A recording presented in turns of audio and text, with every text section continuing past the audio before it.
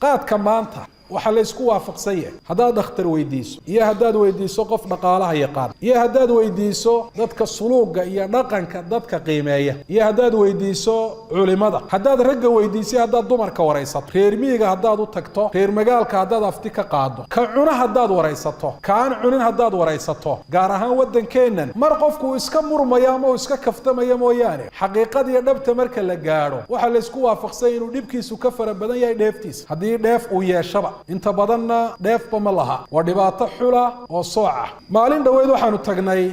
deegaanka xeebta tuulaalka ku taala waxaanu kula kulanay nin odaya 60 ilaa 70 inta u dhaxaysa cumrigiisu qaad buu markaa uu sitaa oo cunaya oo meel walba kaga yaalo ka qubanayo ka daadaadanaya ninkaas wuxuu nagu yiri mijinta soo maaragtan waa tii saddexaad 16 kun baa layga siiyay laba ka horeeyay wali hadda salaadii duhur lama gaarin laba mid waliba 18 ay tahay baa ka horeeyay wuxuu noo xisaabiyay sigaarka iyo sharaabka raaca waxay isla tagtay markaanu dollar u bedelay $10 waxaan ku yiri bal dakhliga ka war maxaa ku soo gala maxaad xoolo leedahay wuxuu 15 halaad baan xoolo leeyahay 30 riyaal 15 carruur waan dhalay buu anoo yar baan guursaday oo sagaalan awoo u ahay oo qaarkood agoon ay yihiin aniga ayaa hay xoolahaygu waa intaa dawladana 500 ku maan ka qaataa waxaan ku maxaad ku qayishaa wuxuu yiri waxaan ku qayilaa waxaanu rag isu quuri karin baan turufo iyo tuuga ayaan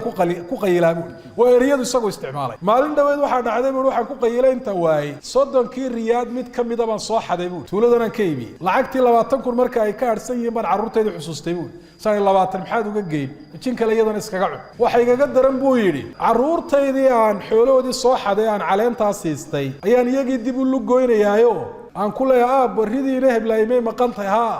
bal reer hebel la ka soo eega reer hebel xoolooda isu soo dhawaateen shalay reer hebel bal iyagana ka soo eega hadda 240 kun baan siiyay buu gabigeeda ridi ariga ka dhaqaaqaysay intaan soo xado tuuladan ku iibi waxaan uga socdaa ninka qaadka sida uu cunaya ee sida xumaantiisa u qirsan ayaa waxaan ku uri adu maxaad aaminsantahay haddaba qaadkaas ma inuu xaraan yahay mise inuu xalaal yahay horta waa geed buu de waxaan ku xaaraantimeeyay garan maaye laakiin xagga israafku ka xaaraantimoobaya doonin caamiya xagga israafka oo ninkayga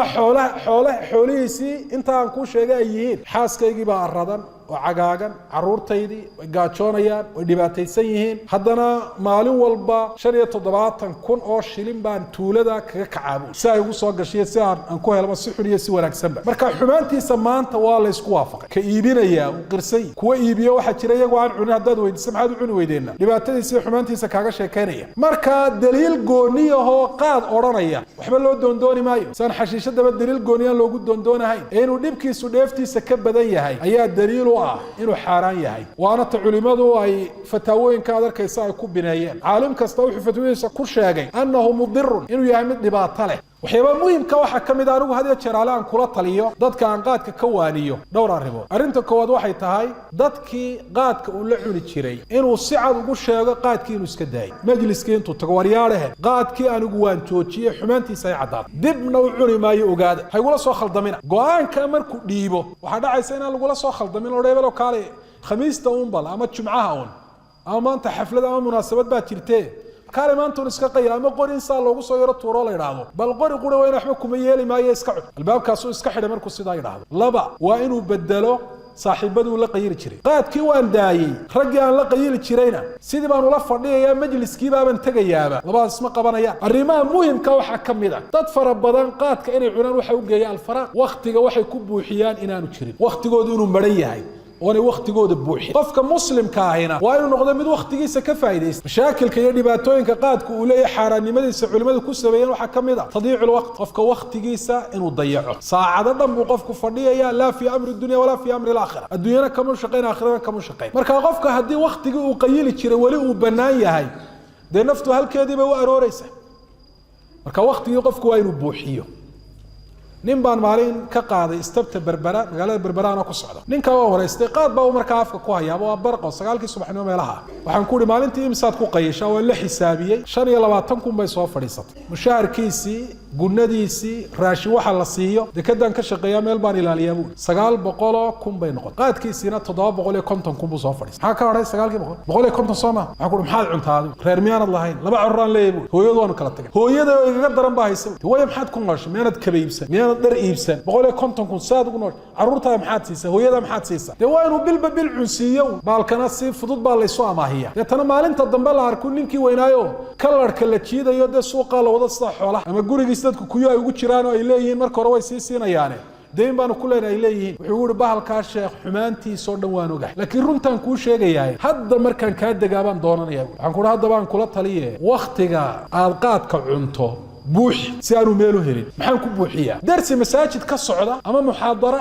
eego saadka aad u fadhiiso quraan akhriso shaqo qabo gurigaagu u baahan yahay hawl gurigaagu u baahan yahay qabo reerkaaga u adeeg waxa ceeba inaad caleen meel la fadhido laakiin ceeb ma inaad reerkaaga dharka u maydho ama raashinka aad u kariso caawisa waa mid uu sameyn jiray nabi maxamed alayhi salaatu wasalaam waqtiga xataa waxaad ku buuxin kartaa wixii cibaadaadka ka soo hadha riyaada jimicsi baad ku buuxin kartaa inaad socoto aad lugayso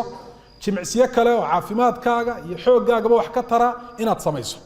laakiin qaadka waan iska daayay waqtigiisina wuu banaan yahay suurta gali mayso qaadka inaad sidaad kaga tag sheegi kuma jiro qofka maandooriyaha isticmaali jiray maalmaha hore oo dhan ee uu iska daayay inuu dhibaato dareemayo oo cidhiidhi buu dareemayaa xanuun uu dareemayaa caajis buu dareemayaa haddii markaa taa uu daciifo oo u jabo markiiba qaadkiiba ku noqonaya laakiin maxaa loo baahan yahay waa muddo yar oo kooban maalmaha hore inuu sabro